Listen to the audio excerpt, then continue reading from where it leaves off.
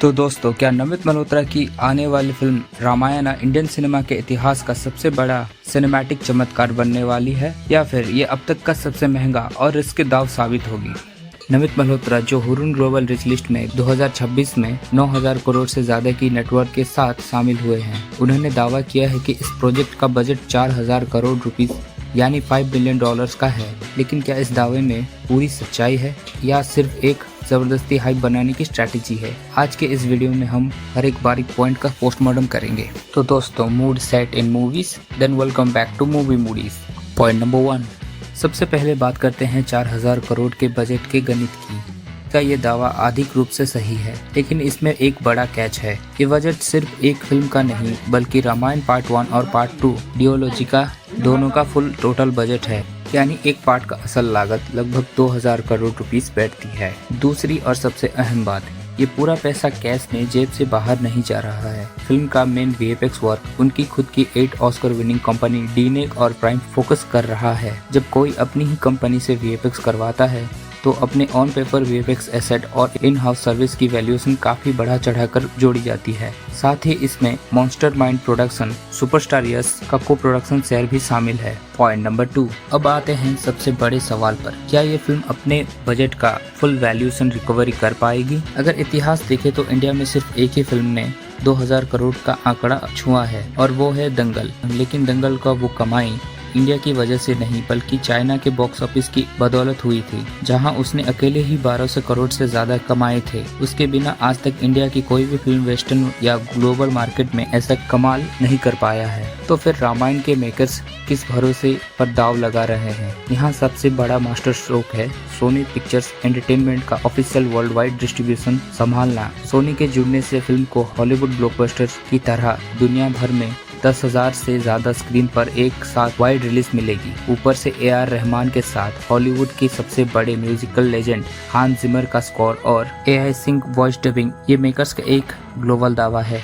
Point number 3, लेकिन इस पूरे प्रोजेक्ट में जो सबसे बड़ा मास्टर स्ट्रोक पॉजिटिव पॉइंट निकल कर आया है, वो है सुपरस्टार यश का रावण के रूप में अवतार। सिनेमा का सिंपल रूल है, फिल्म का हीरो उतना ही बड़ा बनता है जितना बड़ा और खूंखार उसके सामने वाला विलन हो, और यश ने यहाँ रावण के कैरेक्टर में जो ऑरा और भयंकर डोमिनेंस और मासीनेस दिखाया है, वो रोंगटे खड़े कर देने वाला है। स्क्रीन पर उनका आना ही बताता है कि सामने कोई मामूली विलन नहीं, बल्कि दशानंद रावण खड़ा है। मेकर्स ने विलन का सेटअप तो एकदम सॉलिड और माइंड ब्लोइंग कर दिया है। अब ये देखना दिलचस्प होगा कि रणबीर कपूर आज श्री राम के रूप में उनका सामने आएंगे तो उनका सौम्य और फियरलेस वॉरियर रूप में भयंकर रावण के सामने इतना बड़ा हीरो निकल कर आता है, क्योंकि जब रावण इतना पावरफुल होगा तभी तो उसे हराने पर श्री राम का दर्जा पर्दे पर आकाश जितना ऊंचा उड़ेगा। पॉइंट नंबर 4, और VFX की बात करें तो फिल्म में कुछ विजुअल ने तो सच में दिमाग हिला कर रख दिया है। खासकर ऐरावत हाथी, इंद्रदेव के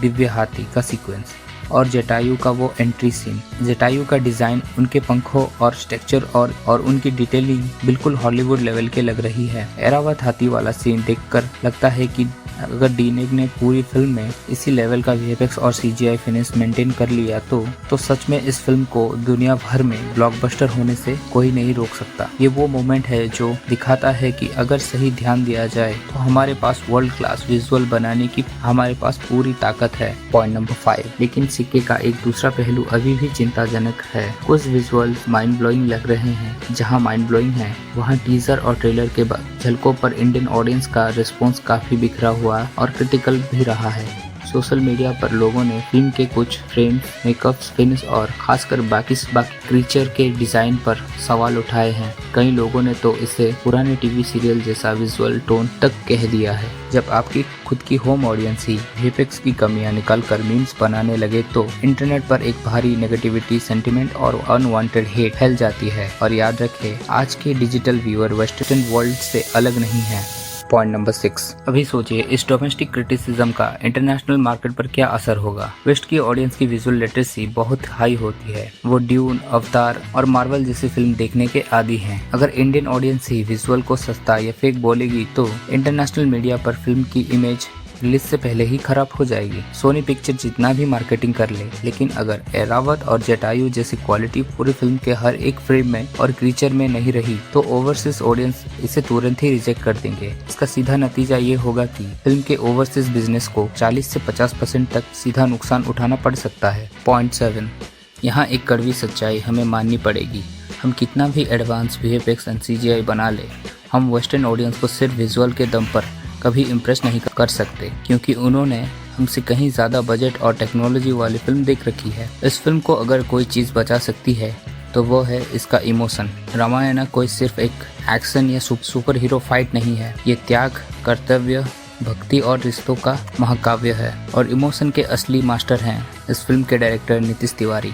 याद कीजिए, नीतीश तिवारी ने दंगल में बिना किसी VFX के सिर्फ एक बाप और बेटियों के इमोशनल बॉन्ड से पूरी दुनिया को रुला दिया था। अगर नीतीश तिवारी राम सीता के बिछड़ने के दर्द, भरत के त्याग और हनुमान जी की भक्ति को पर्दे पर उस रूहानी गहराई से उतार पाए तो इमोशन की कोई भाषा या बॉर्डर नहीं होती। पॉइंट 8, लेकिन यहाँ एक बहुत बड़ा संदेह खड़ा होता है नमित मल्होत्रा के लगातार आते स्टेटमेंट को लेकर। फिल्म इंडस्ट्री का एक नियम है, under promise and over deliver, लेकिन नमित मल्होत्रा ठीक उल्टा कर रहे हैं। हर जगह जाकर 4000 करोड़ का ढोल बजाकर उन्होंने ऑडियंस की उम्मीद को स्काई हाई कर दिया है। जब आप अपनी फिल्म को रिलीज से पहले ही अवतार लेवल का बताएंगे तो व्यूअर थिएटर में मजा लेने नहीं बल्कि कमियां ढूंढने जाएंगे। दूसरी तरफ डायरेक्टर नीतीश तिवारी पूरी तरह शांत है। डर इस बात का है कि कहीं नमित मल्होत्रा के इस भारी भरकम VFX शोकेस के नीचे नीतीश तिवारी का वो सिंपल दिल छू लेने वाला डायरेक्टोरियल टच दब न जाए। डीनेग और नमित मल्होत्रा के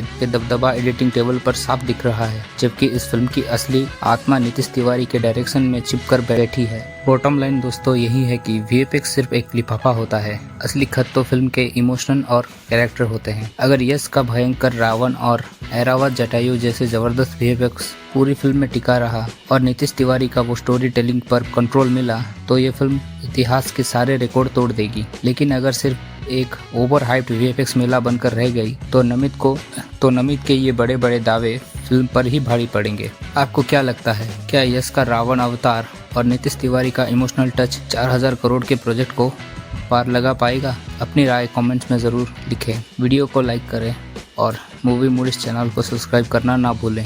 धन्यवाद। जय श्री राम।